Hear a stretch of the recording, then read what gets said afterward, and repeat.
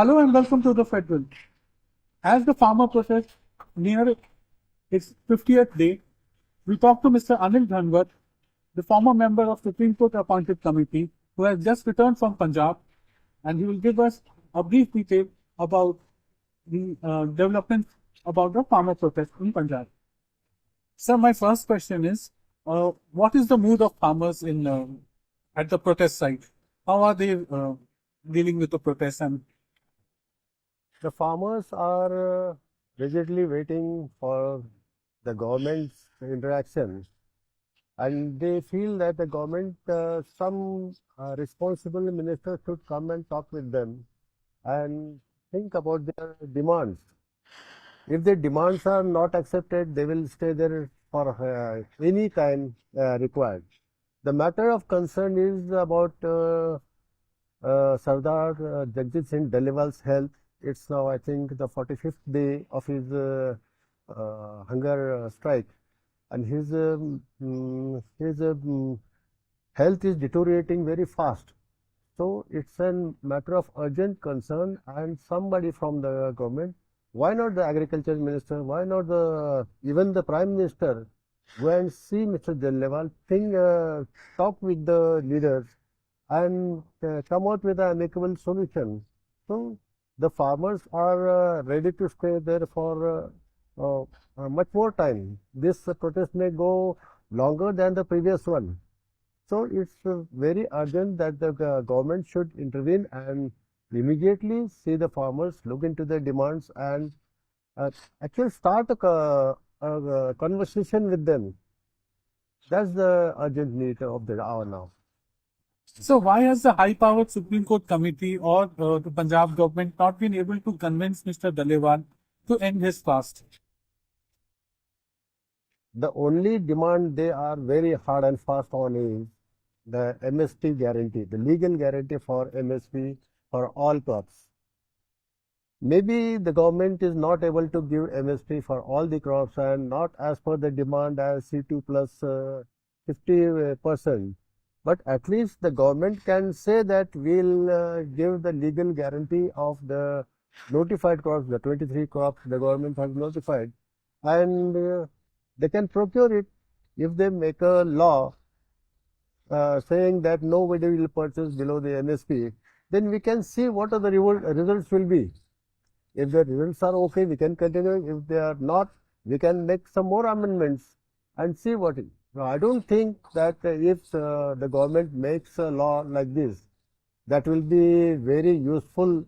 But the farmers will come out of their dilemma that what we are demanding is not really correct. So they may also step back a couple of it. But unless and until the government makes a law and make the farmers realize that this is not the real way, they can do this experiment for a couple of years. We'll see what happens, and then they can make some more amendments. So this has to be done. So you talked about the MSP demand or legal guarantee for MSP. Why is it that the union government has not reached out to the farmers till now? It's been 45 days. Maybe it's a issue of the ego. They don't, last time they thought that they have succumbed before the demands of the farmers. They had gone down to their knees. Now they won't do it this time. And if the government does it this time, then any organization will come on the roads. They will block the roads or take up a hunger fast, and they will stick up to their demands and make the government come down to its knees every time. So I think they are stepping back, that let the protest go on. We will not listen to the farmers, and let's see what happens. But this is not the way. I think a person is turn on giving his life for that cause. The government should step in and stop this agitation. At least the hunger strike should be stopped by the government intervention. So what is the role of the Punjab government? Why has the Punjab government not been able to convince the farmers or Mr. Dallewal to end his fast and maybe then start dialogue with the government? I think according to our discussion with the farmer leaders over there. The Punjab government is also not cooperating with the agitating farmers. Actually, when Mr. Dande was going to resume his fast on 26th, some Haryana police and Punjab police together, they broke into their tent and they just kidnapped Mr. Dallewal and took him to Ludhiana. And then when thousands of farmers said that we'll come and get out that Ludhiana office, then only they released him and the agitation continued or the fast started. So these farmer leaders are also not having any hope from the Punjab government. They think that Punjab government is also not cooperating. It is hand in glove with the Haryana government or the central government, and they don't expect any cooperation from the Punjab government. Okay. So a lot of farmer unions are also not part of the agitation this time. It seems there is a sense of division between them, between the Punjab farmers, Haryana farmers, or farmers from Western Uttar Pradesh. How do you look at this difference?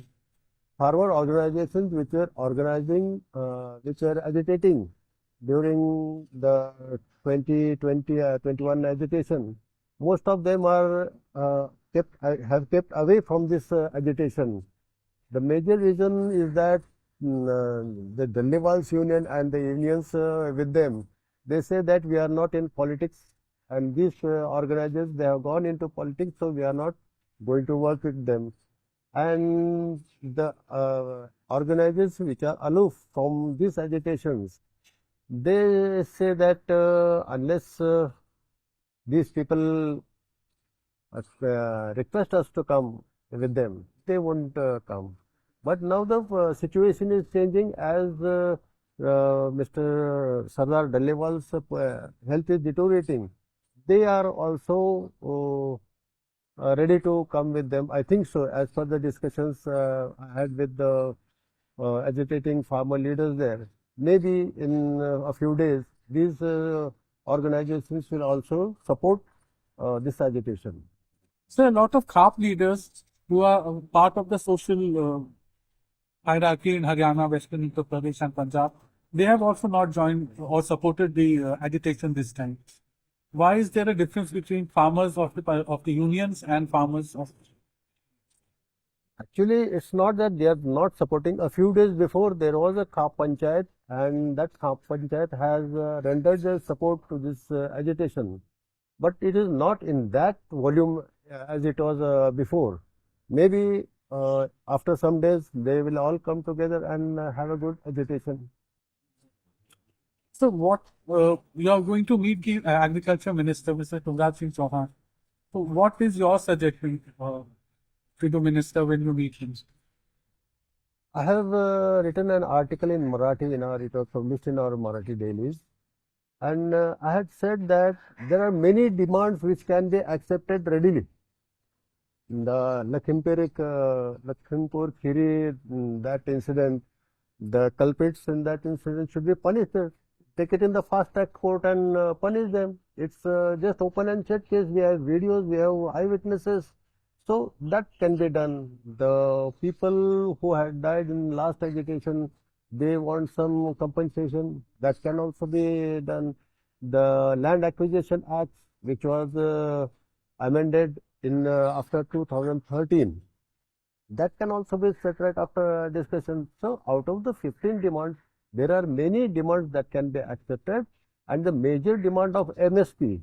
So I have recommended that the central government should accept this demand and make a law with the prevailing MSP, not 50 plus 50%, just for trial that how it works.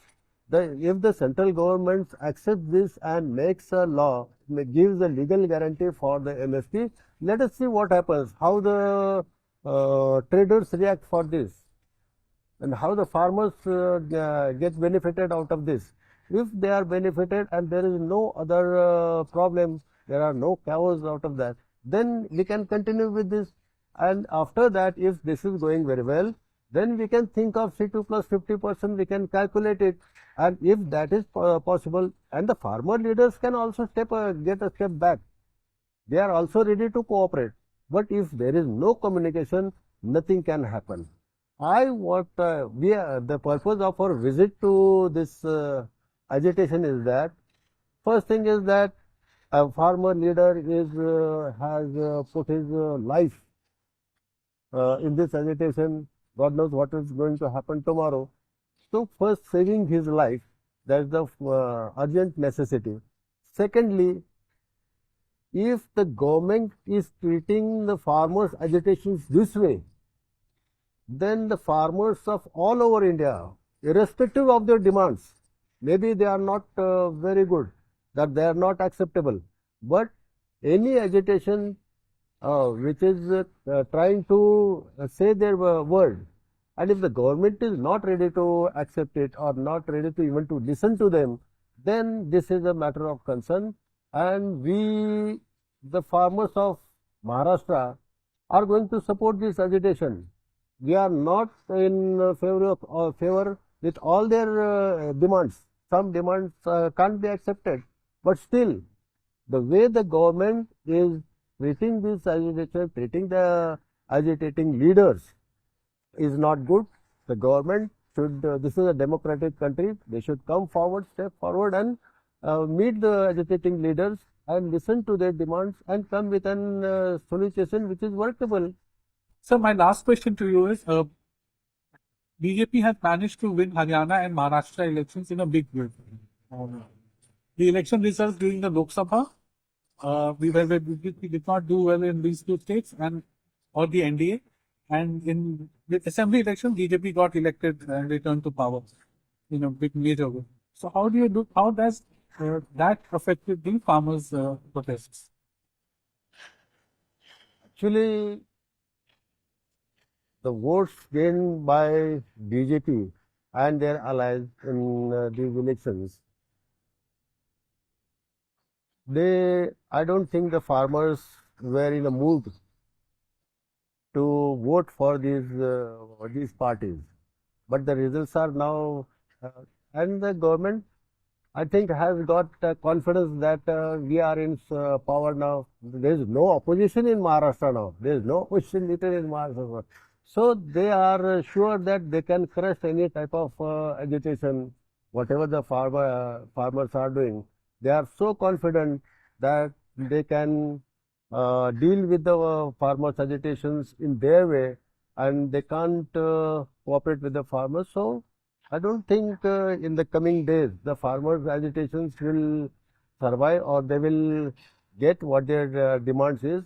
The need is that we have in the next 5 years, we have a clean sweep against BJP. Then only the farmers' agitations or their demands will be considered, and farmers can live a better life after that. I don't think BJP is in favor of farmers.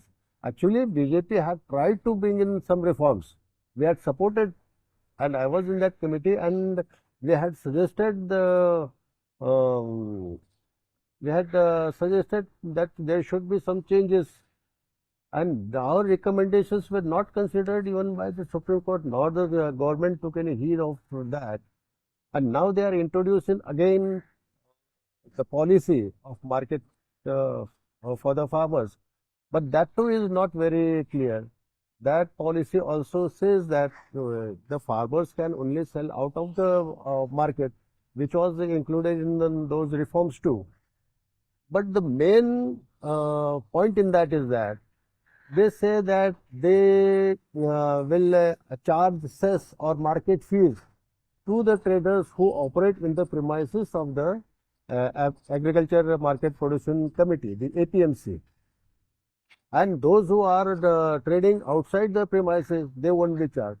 So there is not a level playing field. So all the trade may go out of APMC, or the traders operating in the APMC, they will be charged unnecessarily for that.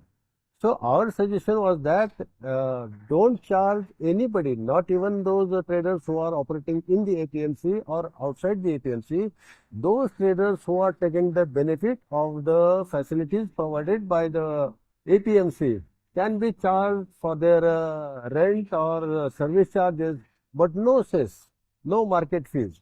So that will have an level playing field for all those operating inside and outside, and the farmers will save their money because they won't have to transport their produce to the APMC, nor they will have to pay any cess, because the cess charged to the traders is ultimately taken from the farmers.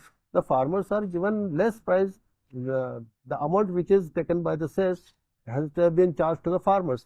So this is the major point that has to be considered by the government. Unless and until the government makes these changes, there won't be any change in this. So I think the government should consider this, and we had recommended this in our Supreme Court Committee report too. Thank you for talking to the Federal, Mr. Dhanwat. It was a pleasure.